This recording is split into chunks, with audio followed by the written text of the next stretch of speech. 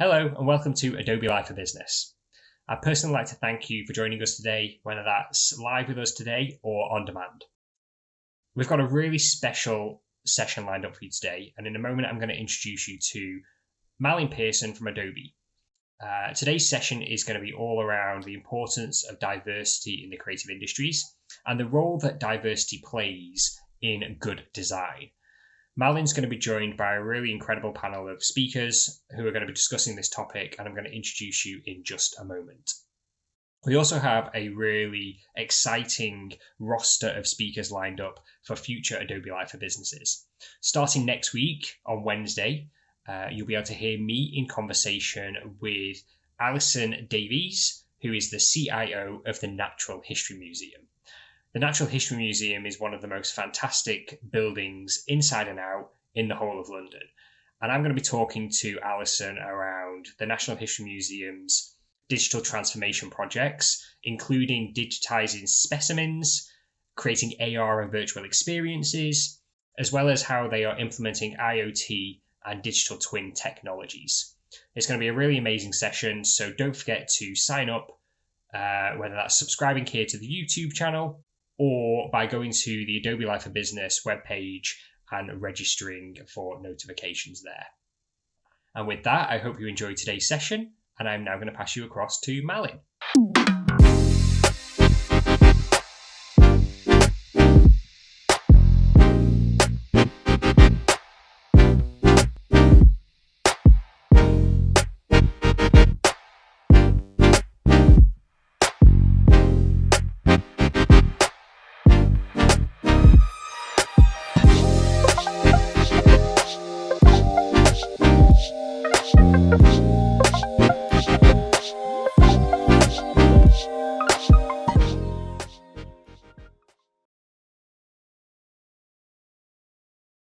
With me, and I'm going to let them introduce themselves in just a minute or two. And the topic that we're going to discuss today is actually very much a passion topic of mine, and we'll be taking a hard look at the state of the equality, equity, inclusivity, and diversity in the creative industry and beyond. And we'll be talking a little bit about the status right now. And also, we're going to be hoping to arm you all with some practical tips and some inspiration as to how to really further advance the agenda and really look to what we hope to witness in the coming years. So it's going to be a phenomenal hour, I'm really sure, and I'm really excited to bring in my lovely, lovely guests. So before I stop chatting, because I can talk for England, we are indeed going to move over to the guests. So Taz, we're going to start with you. Would you mind introducing yourself and a little bit about what you do in your world of work? Sure, thanks, Malin. And actually, it's raining out over here, so I don't know how it's sunny where you are. It's gone really dark. So hi, I'm Taz. I'm a senior art director at Adobe. I basically oversee creative for Adobe Creative Cloud for the UK. I'm a designer, an illustrator, an animator, and I've been in the industry for 20 years. Amazing. Thank you. I mean, yeah, hopefully, I don't get the rain just now, but it is here, so I'm really excited. Yeah. All right, Ali, we're going to bring you into this. So yeah, if you mind just introducing yourself and what you do. So my name's Ali Hannon. I'm the founder and chief exec of Creative Equals, and like Taz, I've been in the industry for about 20 years, and got really frustrated by the lack of progress in terms of diversity, equity, equality, and inclusion, and so set up Creative Equals to be the change that we need to see across the creative industry sector. So yeah, that's me. That's exciting. And then we got Liz with us here, or Elizabeth. I'm totally going to call you Liz. And would you mind introducing yourself as well, please? My name's Elizabeth Agabi. I work at Ogilvy UK as the communications director. I oversee all the internal comms and external comms. So that's a mixture of PR, events, spokesperson management, also employee engagement. Outside of that, I'm also part of the inclusion board at Ogilvy UK, and also co-chair of Ogilvy Equals, which is solving the challenge of gender equality within the agency and also within the industry and beyond. And lastly, I'm also the founder of For Working Ladies, which is a platform supporting women to create the successful careers that they want. We are going to jump into the first question and the topic as well. So, Liz, I am going to start with you. To further the agenda of diversity and inclusion in your organization, what do you see the biggest challenge to business really be, and how can we tackle that from your perspective? So I think organizations are doing an okay job in terms of diversity and making sure that they hire diverse talent. I think it has improved over the years. I think where things can be better is with equity and inclusion. I feel that it's been hard to retain diverse talent because of the lack of equity and inclusion. And so, I mean, for me, the way that I see equity is that you need to give people the support and resources according to their needs. And I think there hasn't been focus on that. And that is why they may not be retaining diverse talent. And then I think with the inclusion, again, it's about making people feel included. So it's about creating a safe space for them. And I think that can be done through things like when you're onboarding employees, and also during the time when, they're working there, giving them support such as mentoring and coaching, and then also having internal networks. And I think that's one of the great things that Ogilvy has done actually, which is to create the internal networks that we have. And it's focused on a range of different things, such as, so we have the parent and carers. We also have Ogilvy Equals, which is about gender equality. And the most recent one was Ogilvy Rewired, which is focused on neurodiverse talent. And I really appreciate that network because I'm fairly dyslexic and I've never had anyone support me in that area when it comes to work. And I found out quite late that I was dyslexic.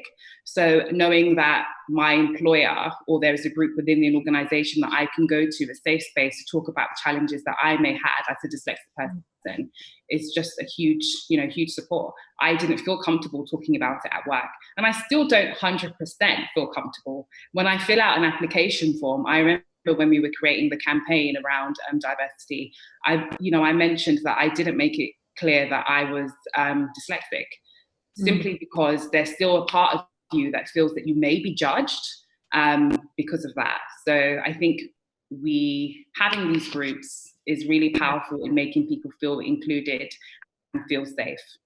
Yeah, that's amazing as well, how you have, partly found that network, the supporting network, but then also you are also halfly building that network and really supporting others within Ogilvy and beyond to really find that security and stability, and also the peer group around that to really back everyone up. Hey, that's really great to see.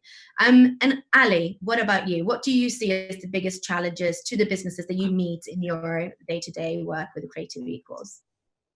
Yeah. That's a massive question, and I will try and time box my answer. But what we believe at Creative Equals, and the mission of our company is that having all diverse voices at the table, so all different people from different walks of life, working together to actually create the products and services that we make as a creative industry sector is absolutely business critical to creating work for a diverse set of audiences. So diversity and inclusion has to be the red thread that goes throughout that whole kind of systems thinking process. So right from the way that we research, to the way that we write a strategy, to the teams that we brief, to the creative products and services that we create, to the way that they go out to market, and the way that they can appeal and be accessible to all sorts of different audiences is absolutely key. In fact, I was just on a panel yesterday with an amazing lady who works out of the States called Christina Mallon. She's got, her arms are paralyzed, and she was talking about this example of Domino's Pizza, who basically went out to market with an app where blind people couldn't access the offers on the pizza app, and the court case went all the way to the Supreme Court in the States, and he won the court case. But I think the challenge that all businesses face, that unless you have diverse people at the table, sense checking work, making sure it's robust, being able to have hard conversations and meaningful conversations, and making sure that everybody at that table actually has equal share of voice, then you don't get to make the right sort of products and services for for the people that we serve, which are effectively our customers. And I guess in terms of what are the biggest challenges, we talk about 4 things that really drive equity within businesses. Number one thing is that people have to feel psychologically safe. So it's brilliant hearing about those ERG groups at Ogilvy, because, you know, spaces that you can go to feel safe and have the conversations that you can have with like-minded people that you have an affinity with is critical. So psychological safety, number one. Number 2 thing is connection. You have to feel like you're connected to the group that you're with, and that's, you know, all about, you know, having great communication and making sure that you do feel like you're heard and that your voice is respected. Third thing is all about, have I got a future here? Like, can I progress? Is there structural bias in the system, or is the system set up so that I can succeed? So what is my future here at this company? And the 4th thing is being aligned to, you know, purpose and values and goals. So, you know, those are 4 things that really drive equity within a business for individuals. And I think the number one reason why people leave their jobs is that they don't feel like they can progress in their careers. So I think really unlocking career progression for different groups is, you know, really critical to driving that that sense of a fair playing field for all. So yeah, there you go. I've time boxed it. That's it. That's incredible. And I do think it's, yeah, we're going to go into the different stages of those pillars that you were just describing later, but it is really, you know, it's an impetus that it follows through the entire narrative, right, in order to really truly drive that change. And that's so fascinating to hear. So Taz, from your experience as well, where do you see and where have you walked into challenges when it comes to businesses tackling this, and, you know, where do you see the biggest challenge in improving diversity and inclusion?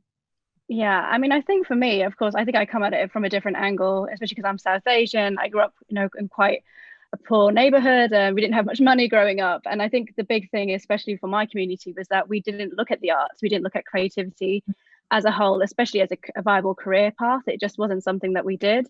And I think that's a massive, massive problem in not just in the South Asian community, but generally in poorer communities. So one of the bigger things that have been working out, whether it's working with the Brixton Finishing School or D&AD Shift, there are lots of different programs that are actually looking at students who can't afford to go to university, because the biggest thing I've noticed is that people want a university degree and not everyone can afford to go to university. It's just not feasible for some people. So I think one of the bigger things is to actually try and get as many programs as we can get to get the people who can't necessarily get access to these businesses. They don't know the right people. So trying to get them into the industry, I think, is a massive, at the moment, it's a big issue. It's definitely getting better, especially in my community. I've had a lot of different, I do a couple of mentorship schemes, and it's been great seeing a massive influx, especially because D&AD Shift, I met another Bengali designer. We kind of hugged each other because we'd never seen another Bengali person in the industry. So that was really, and even now I'm getting quite teary thinking about it. But I think that's a big thing, trying to get more of these programs. So yeah, a big shout out to Brixton Finishing School. They're doing a lot of great work. That's awesome. And if we were to take a look at, so Ali, this is a question aimed at you, and Liz and Taz, you can definitely fill in as well. So over the course of having started Creative Equals out of frustration through to where we are today, how has the narrative around this changed? Like, have you seen a differentiation in the conversations that you had at the beginning versus what the conversations are right now? Yeah, I think what's been really fascinating about this year specifically is, I think it's been really fascinating because actually what happened obviously this year on May the 26th there was the tragic and intentional murder of George Floyd.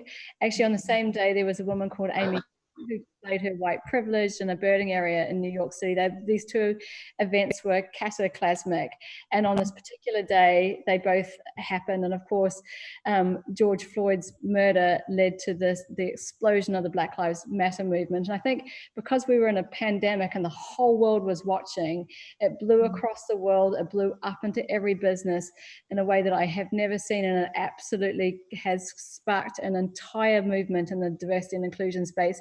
Having worked in the space for like the last 5 years, I have never seen such a fever to create change and action and such a in such a profound way as I have this year. And I think, you know, one of the things with the backdrop of coronavirus that's also happened is everybody's had a moment to stop and think and reflect, particularly in lockdown. Who am I? Who do I stand for? What do I stand up against? Am I happy to just be against racism, or what does it mean to actually be anti-racist? And businesses and individuals and chief execs have all had to ask themselves these questions and dig deep and have a really good hard look at themselves and their organizations. So I think that has been profound, and it's had an absolute impact. I hope this time next year, Marlon, when we have this conversation, we will see a huge shift and a huge take the groundswell of change that's happened and actually see a huge shift in the numbers. And I completely agree with you, Taz. There's lots of amazing organizations that do work in the space.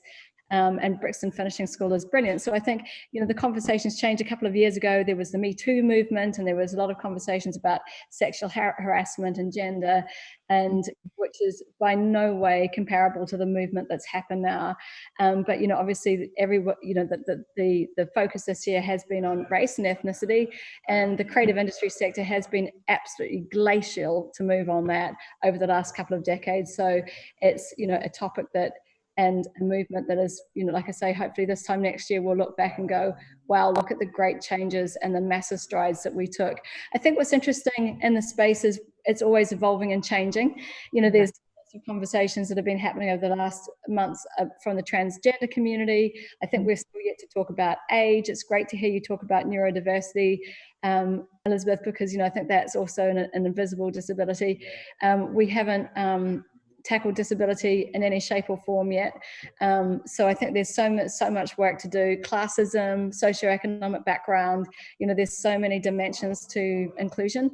And yeah, so I think it's, you know, there's still a lot of work to do, but it's been, you know, so brilliant to see this year, as much as it's been tough and, you know, tough year, to see just to have, I guess, D&I actually come back on the agenda in such a meaningful way. Because I can tell you right now, back in March, every D&I budget across the whole sector got pulled. It was the first budget that went.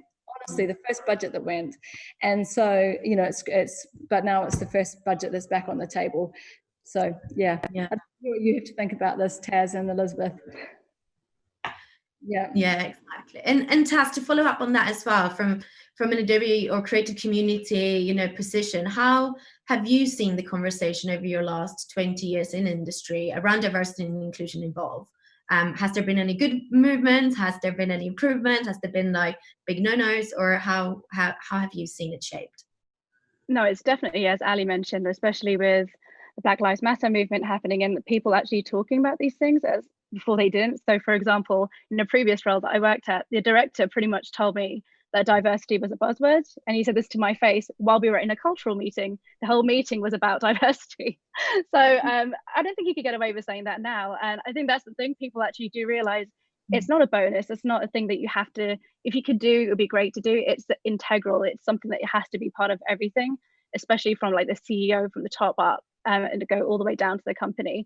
And I think, especially when it comes to the things that I've seen, especially at Adobe, for the ERG movements of things that we're doing. So for example, Adobe for All, it's been really great, especially the Adobe Digital Academy, because again, very similar to the Brixton Finishing School, it's all about trying to get the people who don't have access to the amazing company that is Adobe. It's a hard one to crack, people would think, but doing these different programs, those have really helped. And I think perception has shifted, and that's one of the biggest, I think one of the best things that's happened recently, even though it's something tragic had to happen for people to pay attention. The fact that we are having that conversation seriously at the moment, I think it's probably going to be the most helpful thing that's happened. Yeah, absolutely. And Elizabeth, from your perspective as well, either in your, you know, sort of function now at Ogilvy or prior, and in your work for working ladies, how have you seen the narrative around this discussion around diversity and inclusivity been shaped or changed throughout your tenure in industry? Yeah, of course, I have to agree with both Tass and Ali on that.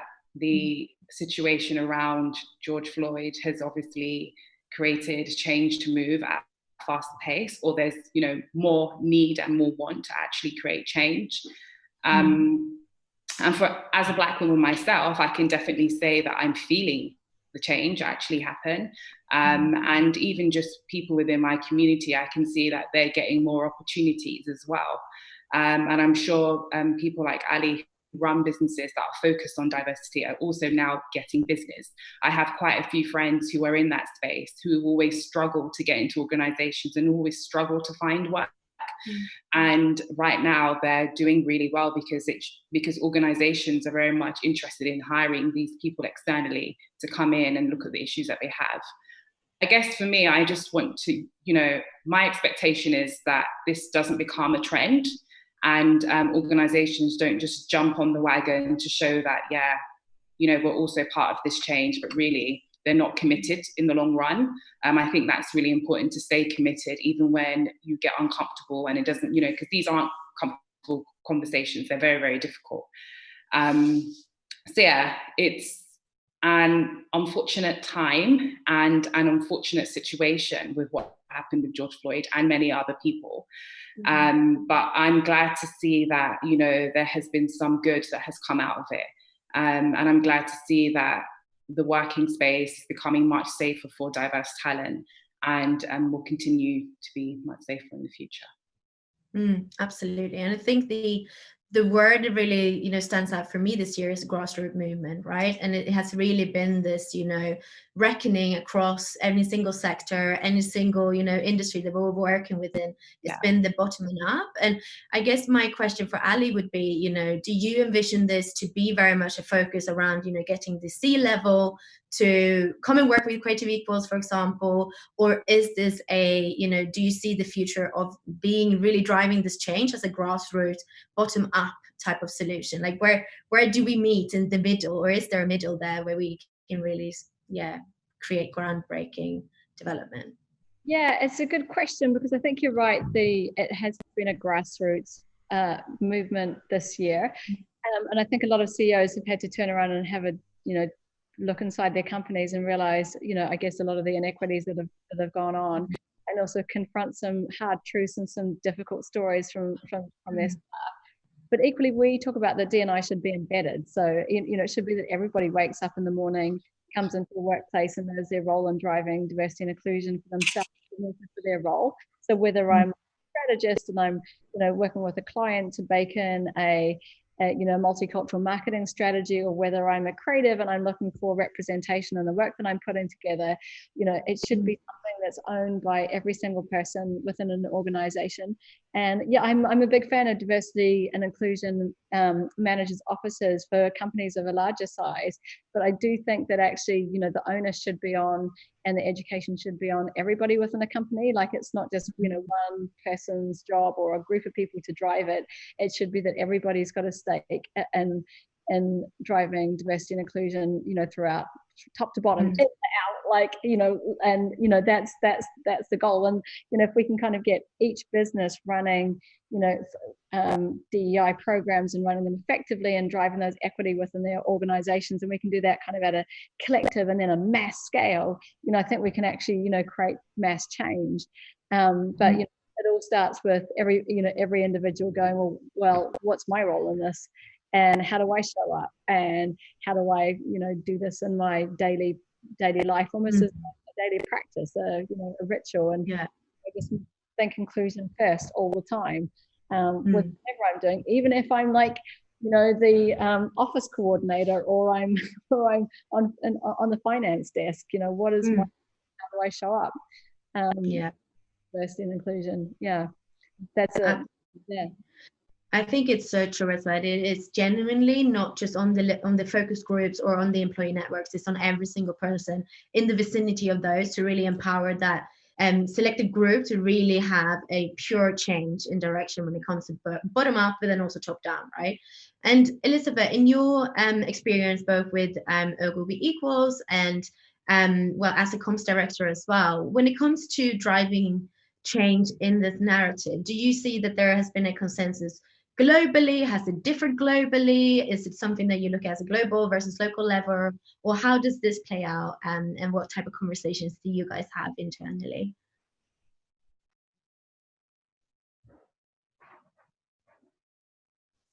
Sorry, I was on mute. So I think it's something definitely where you have to approach it according to the people that you're speaking to. So on a global level, it will be a different conversation to which you have at a local level. And in terms of how we use communications, again, it's really understanding what people's needs are and what's going on within the organization. And again, as I mentioned in the beginning, it's also understanding about equity, what people need and the needs of different people, especially within the different affinity groups that we have within the organization.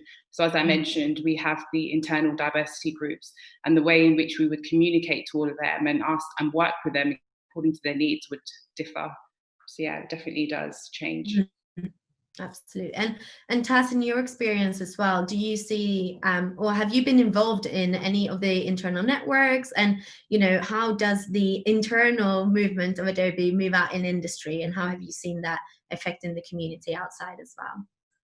No, it's actually been really great. So we do have a number of ERGs. The one that I've essentially been working with has been the one internally. So we've got, of course, Adobe Women. So we've got the Women's Network at Adobe. And the great thing about that is that we have really amazing women come in. So we used to, when we had the office open, we used to have all these great speakers who would come in, and it was such a range of different women, from people who are essentially almost like leadership coaches to people who had absolutely nothing to do with our industry, who were just there to tell us about their life experiences. So it's been so, especially for me, it's been very fulfilling, because I know what I know creative, but for example, there were themes such as mountaineering that I knew absolutely nothing about, and just learning about a number of the women, the way they actually overcome their struggles, and also the problems that they actually also face, like the gender pay gap they face in sports, which again is something I never considered because I never had to work on. And it's almost sad when you see how similar we all are in that respect. And it's actually, even when I think about it, we shouldn't be this similar we're completely disparate industries, and we still all have exactly the same problem. Some problems have it, some industries have it worse, and I feel like the creative industry has probably one of the biggest issues when it comes to these sorts of things. So I think I know Ali is one who's got all the stats, because I'm terrible with stats, but I do know that the discrepancy between men and women, especially with pay, and especially with the amount of women that actually graduate, considering how many women become senior directors, is insane. And I think the big thing I have discovered from our ERGs is essentially seeing that we're all the same, and it's a global problem in every industry, and the creative industry just one of the very many that needs to tackle it. Absolutely. And Ali, we're gonna pick your brain a little bit around those statistics. Do you have anything to share around that that Taz just mentioned? You want some stats? Yeah. Some stats. So just on the gender conversation, at ad school level, the numbers of women outnumber men 70% to 30%. However, over the first couple of years when they join, particularly the creative part of the creative sector, they tend to drop off in droves. And actually our creative departments at the moment across the creative agency sector number at 32% women to 68% men. So you can see even in the first couple of years, there's a massive drop off. And that is one of the challenges of coming into what is quite a male-dominated environment. A lot of them don't even realize that it is inequity that is the reason why they leave. And then the challenges is that only 17% of women make it up to creative directorship roles. In design, that's less, at about 14%. When it comes to looking at Black, Asian, multi-ethnic creative directors, that runs at about 5% in the sector. Looking at leadership roles, 97% of our CEOs are white. So right at the top of the whole of the sector, it is very white, male, and privileged. But equally to your point, Taz, it's interesting looking at the journalism sector, for example, because actually 95% of journalists are white and 45% of them go to a private school or, you know, public school, as you say in the UK. So, you know, so there's a few stats there just to kind of put all of that in context. I think with disability, we hire about 1 to 2% of the of people identify as being disabled. That is compared to the working population, where 21% of the population have some kind of a disability. When it comes to neurodiversity, only 16% of autistic adults are in full-time employment. And yet actually what we see is our sector skews twice as high for neurodiversity as the general population. I think particularly because a lot of creative people get, a lot of dyslexic people or people who struggle within the school system get pushed towards creative careers. So there's a few stats for you just around, but when it comes to age, I'm just going to give you some age stats because I think this is where we completely underrepresent as well. So only 5% of our working population is over 50, when actually in London, for example, 40% of the working population is over 50. So again, massive underrepresentation. And the big challenge with the not representing in terms of age is actually 70% of the UK's wealth is held by the over 50s. So think about that as like a whole market that we often don't talk to, don't market to in the right way, then, you know, again, just missing out on a whole lot of opportunities right there. So yeah, so it's fascinating. The data is really just says you need to know. Yeah, so I hope that was killer stats for you. Oh, it absolutely. That was, you know, the one thing that I always take away from that is that the status right now is just so saddening, and all these stats are just heartbreaking to really realize that is reality that we're living in right now, right? But if we were to flip this on a very positive, optimistic type of, you know, view, like Taz, if we were to look at you again, if in 5-10 years time, like where do you see and where do you hope that the development and the conversation and the narrative around diversity and inclusion really ends up leveling itself out at? Like, what do you wish to see for the next coming years? I mean, it's improved a lot. So I believe when I first started, because I remember working with Ali on the Creative Equals, I was a part of a scheme for that, and I think it was 4% off. So it's actually gone up by 4%. In a lot shorter time than I realized it would. And of course, that's not great, but every percent counts, and it is slowly, like glacially, getting better. And I think the best way to actually try and have more tangible change is to have more tangible metrics. I feel like there's a lot of lip service. There's a lot of companies that pretty much say we're all about diversity, especially when I worked, again, a previous company, they pretty much, when there was a massive gender pay disparity, their solution was to give every woman a leadership course, which I thought was completely tone deaf. They should have given all the leadership a leadership course. But I think the big thing that we can take away from that is that people are a lot better with that conversation now. They don't just assume it's on the woman to learn something and be better. It's about the entire culture, changing everything from the top. And again, having those metrics. So when it comes to gender pay, the pay gap and pay parity, make sure it's leveled out. Actually have that as something that you have metrics against, that you know we are going to level out everybody who is in part of the same, who does the same job. They will get paid the same wage. And I think Adobe is currently doing that, which is probably one of the biggest reasons I wanted to work for this company before I did. But that's one of the big things I see that haven't changed in a lot of agencies. They kind of say we're going to do this and they haven't. So the big thing I'm looking for is actually having those metrics and looking at them properly and changing them, and actually having goals, and it being the most, you know, prioritized topic that it has to be done. Yeah, absolutely. And I think it is just the differentiation there between the lip service versus the stats. That's exactly where we need to be looking at, right? And Liz, from your perspective as well, both to what you wish to achieve and support, you know, women entrepreneurs with For Working Ladies, but also within the agency world, like where are you hoping that we will eventually arrive, and what do you hope to see in this narrative in the next coming years? Yeah, so I definitely hope to see more women in leadership roles. I think that organizations have done well in promoting women more. I just think that now we need to think about making sure that it's a diverse set of women. Some organizations are really proud to have women at the top, and they tend to be, you know, middle-aged white women. And I think it's important that, you know, we hire outside of that. and we continue to hire Black women, Asian women, and women from different ethnicities, because there are brilliant women out there. There's a video that went viral yesterday. A lady called Bazoma St. John. She's recently made the CMO of Netflix.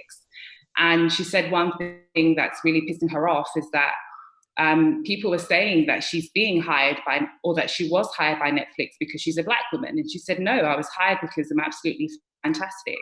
And I think we need to keep hiring diverse set of women because they are brilliant, and people need to know that they're being hired based on their talent and not based on their race.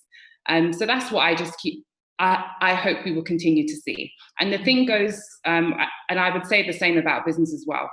I definitely want to see more women starting businesses and a diverse set of women as well. Having a business idea is not restricted to your race, your class, or what you studied. So the opportunity to do really well with your business is there for everyone. And I think as well, the media plays a really important role in showcasing different types of women as well. We tend to, again, see a particular type of woman that has maybe raised investment or, is doing this with her business. But again, we don't focus on showcasing all types of women. And I just think it's so important, especially for the younger girls who are looking up to these publications and other women, for them to see different types of women. And it just helps as well in educating people about the different types of people who are out there in the world, right? So when you look in a magazine and you see that it's not just a particular type of person, you realize that, oh, okay, there's more than just someone that looks like this. So that's my change that I hope to see in the future. Absolutely. And I yeah, it's such a well-rounded response as well, because it's just that we need to be tackling this at all levels, and there's no way that we can do this quicker than us helping, elevate everyone up and beyond to the next level across all of it. And Ali, what would be your dreams, wishes, hopes, demands of the creative industry beyond, a couple of years from now and onwards? Like what are you hoping to instill and really, see change? Yeah, dreams, wishes, hopes. I couldn't agree with you more, Elizabeth, in the fact that we need to have diverse leaders, because there's that well-worn phrase, you can't be what you can't see. And so we all need to be able to look up the ladder and go, okay, there's someone up there who looks like me, sounds like me, I can be them. So actually, kind of cracking that leadership layer right at the top of the top is absolutely key to changing the whole narrative. Because we often hear about somebody left a company and then actually the whole community sort of followed suit, like leadership departures can often lead to all the kind of thread of people below leaving. So actually keeping and retaining that leadership talent is number one.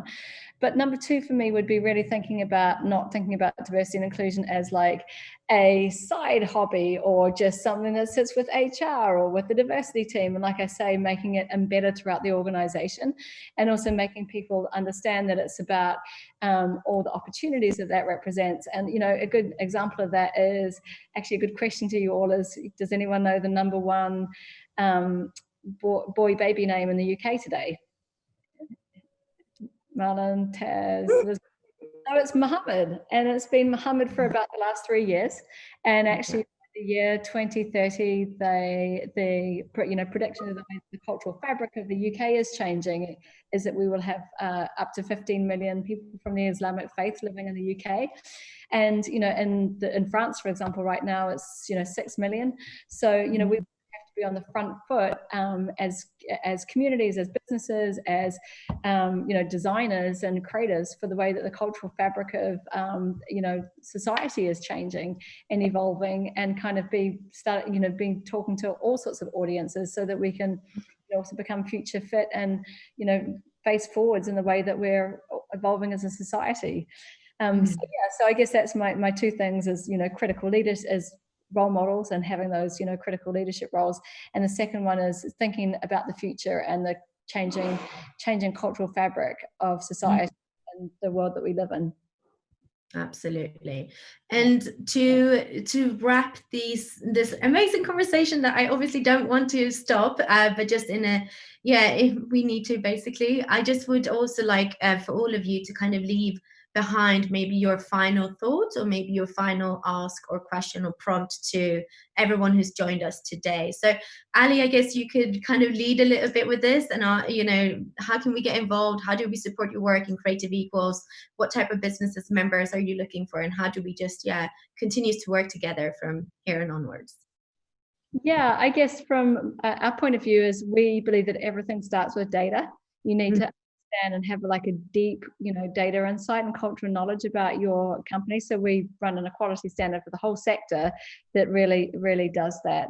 I guess the second key thing is just I feel just to kind of recap it again, because you can never say it enough, is that we all have to keep on constantly learning, constantly educating ourselves, constantly reading, constantly being mindful and aware. And I think just knowing that it's not somebody else's responsibility. Inclusion is always our own responsibility, and we all have to take ownership of our learning and understanding and the way that we show up, and think inclusion first. Absolutely, that's really, really great. And Taz, do you have any leaving wisdom that you want to arm the audience with? I think it's more of a reach out. So if people are wondering how to get their foot in the door in the creative industry, if they think they haven't got the means or the know-how, me, I'm here. Reach out to me on LinkedIn. So I feel like that's always the thing. Just if you feel like you don't know somebody, or you think you'll never be able to get, so please feel free to talk to me. So yeah, that's my lasting thing is please just contact me. I need some friends. Yeah, and we need really good friends as well. So yeah, I think that would be my parting thing as well, is for everyone to connect with everyone who's been online here. And Liz or Elizabeth, what do you like to extend to the audience here today as a final remark? I would say something similar to Ali, which is data is important. And again, I would go back to the need of equity, that it's really important that you find out what your teams need. And for those that have the internal networks, you can start there. Everyone's needs are different, and it's just so important that you're making sure that you are actually meeting needs, and you're not just creating things that people don't need, or just assuming, or just following a trend. It's so important to do that. And I'd say for anyone that might be facing a challenge at work, I think sometimes mentorship is positioned as something that's really hard to attain. And what I would say is, as Taz has openly said, you can reach out to her, is just have a conversation with someone, and really don't think so much about the label of this is my mentor. Just reach out to someone, share the problem that you have, and then ask them how and where they can support you. Absolutely. That's such a good closing word as well. And I want to thank you all for being here with us today. Thank you for being the best guest I've ever had. I'm so excited that we got to spend this hour to really, go deep into this topic, because it is so important. And I cannot wait to see what groundbreaking work you three will be doing. And I am totally here to support all of it. So, and this goes also, to our lovely audience today here as well. We're all here. We're all your cheerleaders from now on. So definitely reach out, definitely connect. And I just, really want to say thank you, and a big virtual round of applause to my fabulous guests. And that concludes today, Adobe Live for Business.